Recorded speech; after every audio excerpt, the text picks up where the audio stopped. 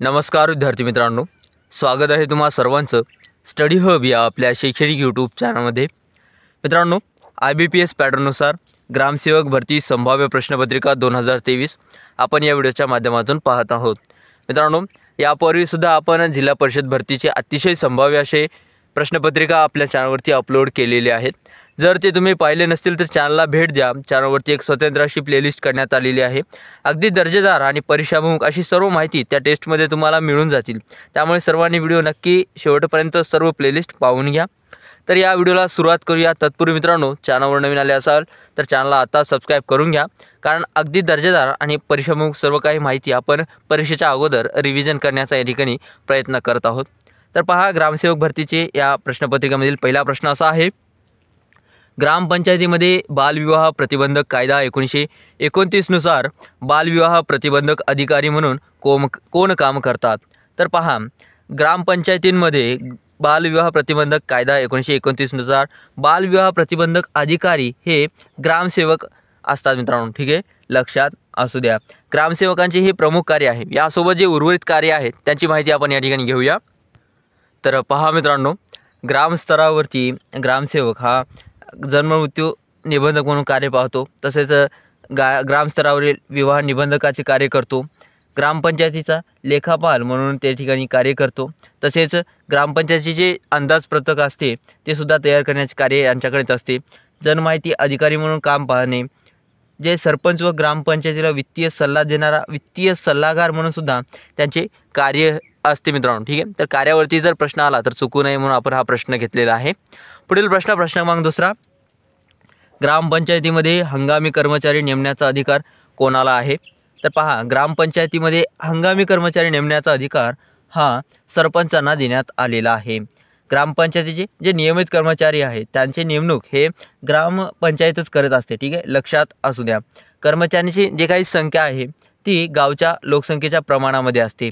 जसे की 1000 पेक्षा जर कमी लोकसंख्या असेल तर त्या ठिकाणी एक कर्मचारी असेल, 1000 ते 3000 एवढी जर लोकसंख्या असेल तर त्या ठिकाणी 2 कर्मचारी असतात, 3001 ते 6000 एवढी जर लोकसंख्या असेल तर त्या ठिकाणी 3 कर्मचारी असतील, 6000 पेक्षा जर 6000 ते 10000 यापर्यंत जर लोकसंख्या असेल तर तेथे 4 कर्मचारी असतील, आणि 10000 पेक्षा जर जास्त लोकसंख्या असेल तर त्या ठिकाणी 6 कर्मचारी नेमण्याचा या ठिकाणी ठराव जो आहे तो असतो। ठीक आहे, लक्षात असू द्या। पुढील प्रश्न: ग्रामपंचायत कर्मचारी संख्येत घट करण्याचा अधिकार कोणाला असतो? तर पहा, ग्रामपंचायतीच्या कर्मचाऱ्यांच्या संख्येमध्ये घट करण्याचा अधिकार हा जिल्हा परिषदेच्या स्थायी समितीला देण्यात आलेला आहे, आणि जिल्हा परिषदेच्या सदस्यांच्या संख्येमध्ये फेरबदल करण्याचा अधिकार हा राज्य निवडणूक आयोग यास देण्यात आलेला आहे। ठीक आहे, लक्षात असू द्या मित्रांनो। जे काही पंचायत समिती आहेत त्यांचे सभापती हे जिल्हा परिषदेचे पदसिद्ध सदस्य असतात, याची माहिती आपण बऱ्याचदा घेतलेली आहे। ठीक आहे, पुढील प्रश्न क्रमांक चौथा: महाराष्ट्राच्या स्थानिक स्वराज्य संस्थांच्या निवडणुकीत महिलांना 50% आरक्षणाची तरतूद केव्हा करण्यात आली? तर पहा, महाराष्ट्राच्या स्थानिक स्वराज्य संस्थांमध्ये महिलांना 50% आरक्षणाची तरतूद ही 21 एप्रिल 2011 रोजी करण्यात आलेली होती। मित्रांनो, लक्षात असू द्या, जी 74वी घटना दुरुस्ती झालेली होती त्यानुसार स्थानिक स्वराज्य संस्थांमध्ये महिलांना 33% आरक्षणाची तरतूद करण्यात आली होती 1992 सालापासून। ठीक आहे, परंतु त्यामध्ये आता चेंजेस करून महिलांना 50% आरक्षण हे महाराष्ट्रामध्ये देण्यात आलेले आहे स्थानिक स्वराज्य संस्थांमध्ये। मित्रांनो, सर्वात प्रथम 24 एप्रिल 2010ला पंचायत राज दिन हा भारतामध्ये साजरा केला गेला, तेव्हापासून 24 एप्रिल हा पंचायत राज दिन म्हणून साजरा करण्यात येतो। ठीक आहे, लक्षात असू द्या। पाहूया पुढील प्रश्न क्रमांक 5. मुंबईतील कोणत्या ठिकाणी महात्मा गांधी यांनी भारत छोडो आंदोलनाचे भाषण केलेले होते? तर पहा, मुंबईतील जे गोवालिया टँक मैदान आहे या ठिकाणी महात्मा गांधीजींनी 8 ऑगस्ट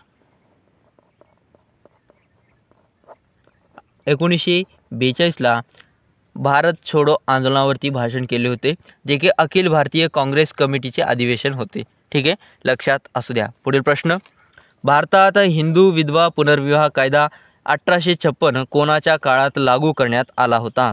तर पहा, अतिशय महत्त्वाचा प्रश्न आहे। भारतामध्ये हिंदू विधवा पुनर्विवाह कायदा हा लॉर्ड कनिंग यांच्या काळामध्ये लागू करण्यात आलेला होता। मित्रांनो लक्षात असू द्या, लॉर्ड डलहौसी यांच्या काळामध्ये ते लिखाण करण्यात आलेलं होतं आणि त्याची जी काही अंमलबजावणी आहे ती लॉर्ड कनिंग यांच्या काळामध्ये करण्यात आलेली होती। मित्रांनो जे हिंदू विधवा पुनर्विवाह कायदा आहे यासाठी सर्वात महत्त्वाचे प्रणेते म्हणजे ईश्वरचंद विद्यासागर। ईश्वरचंद विद्यासागर यांच्याच जे काही कार्यामुळे आहे ते हिंदू विधवा पुनर्विवाह कायदा हा लागू करण्यात आला होता, त्यामुळे हे अग्रगण्य व्यक्ती आहेत। ठीक आहे, लक्षात असू द्या। मित्रांनो जे लॉर्ड डलहौसी आहेत यांच्या काळामध्ये एक महत्त्वाची बाब म्हणजे जे काही मुंबई ठाणे रेल्वे आहे, पहिली रेल्वे ती 1853ला धावलेली होती लॉर्ड डलहौसी यांच्या काळामध्ये। लॉर्ड रिपन यांच्या काळामधले विशेष बाब म्हणजे लॉर्ड रिपन या स्थानिक स्वराज्य संस्थांचे जनक असं लॉर्ड रिपन यांस म्हणतात। त्याचं कारण आपण बऱ्याच टेस्टमध्ये पाहिलेले आहे। पुढील प्रश्न लॉर्ड आणि मित्रांनो यामध्ये महत्त्वाचा आणखी एक व्यक्ती लॉर्ड कर्झन जे आहे ते 1904ला त्यांच्या काळामध्ये पहिला सहकारी संस्थेचा कायदा लागू करण्यात आलेला होता। 1905ला जी बंगालची फाळणी झाली होती त्याचा जबाबदारसुद्धा लॉर्ड कर्झन होते। ठीक आहे, यांच्या काळातील हे महत्त्वाचे बाबी आहेत। पुढील प्रश्न पाहूया, महात्मा ज्योतिबा फुले यांनी सत्यशोधक समाजाची स्थापना केव्हा केली होती? तर पहा, महात्मा ज्योतिबा फुले यांनी सत्यशोधक समाजाची स्थापना ही 24 सप्टेंबर 1873ला केलेली होती। मित्रांनो तारखेवर सुद्धा लक्ष असू द्या, 24 सप्टेंबर 1873ला त्यांनी सत्यशोधक समाजाची स्थापना केलेली होती। तर या समाजाची स्थापना ही कुठे करण्यात आली होती असा जर प्रश्न आला तर पहा, हे पुणे या ठिकाणी करण्यात आलेलं होतं। ठीक आहे, लक्षात असू द्या। महात्मा ज्योतिबा फुले यांचं आणखी एक महत्त्वाचं कार्य म्हणजे महात्मा ज्योतिबा फुले यांनी 1848ला मुलींची पहिली शाळा पुण्यातील भिडेवाड्यामध्ये सुरू केली होती। मित्रांनो ठीक आहे, मुलींची पहिली शाळा पुण्यातील भिडेवाड्यामध्ये सुरू केली होती, लक्षात असू द्या।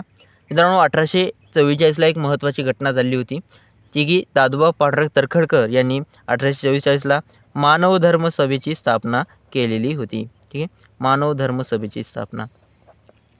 1924ला बहिष्कृत हितकारणी सभेची स्थापना झाली होती जे की डॉक्टर बाबासाहेब आंबेडकर यांनी स्थापन केली होती। बहिष्कृत हितकारणी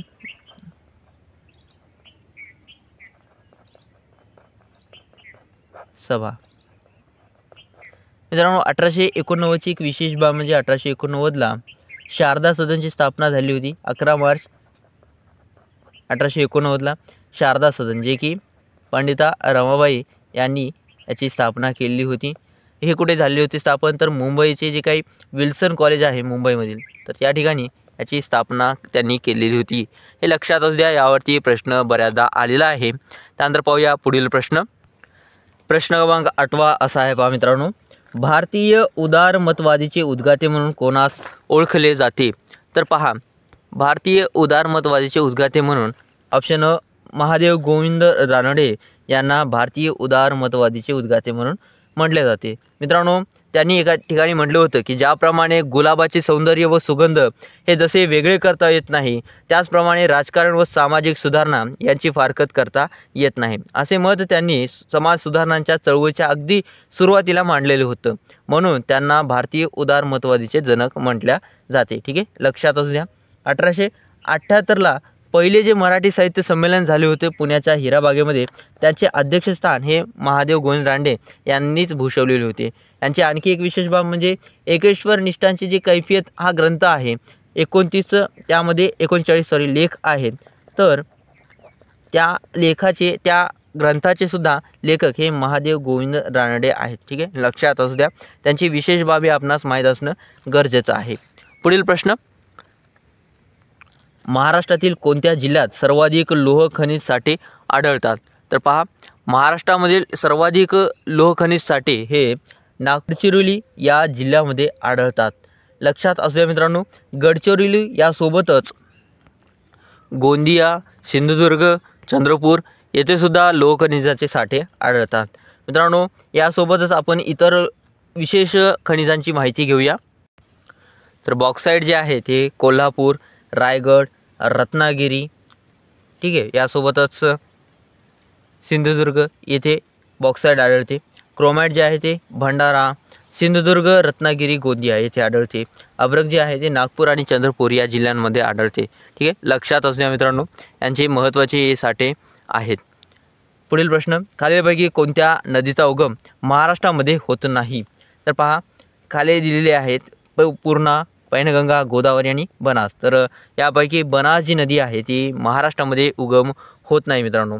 बनास या नदीचा उगम हा अरवली पर्वतरांगेतील जे कमनोर रांग आहे तेथे त्याचा उगम होतो आणि ते पुढे राजस्थान व मध्य प्रदेशचे बॉर्डरवरती ती वाहते. ठीक आहे, लक्षात असू द्या.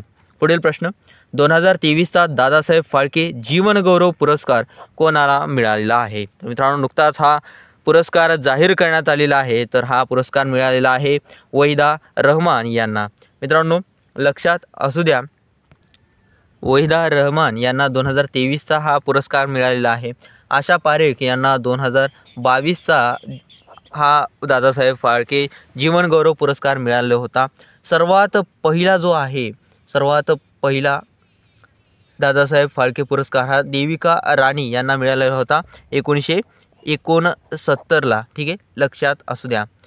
आलिया भट्ट यांना फिल्मफेअर अवॉर्ड जे आहे ते नुकताच मिळाले आहे 2023चा सर्वोत्कृष्ट अभिनेत्री म्हणून. ठीक आहे, लक्षात असू द्या.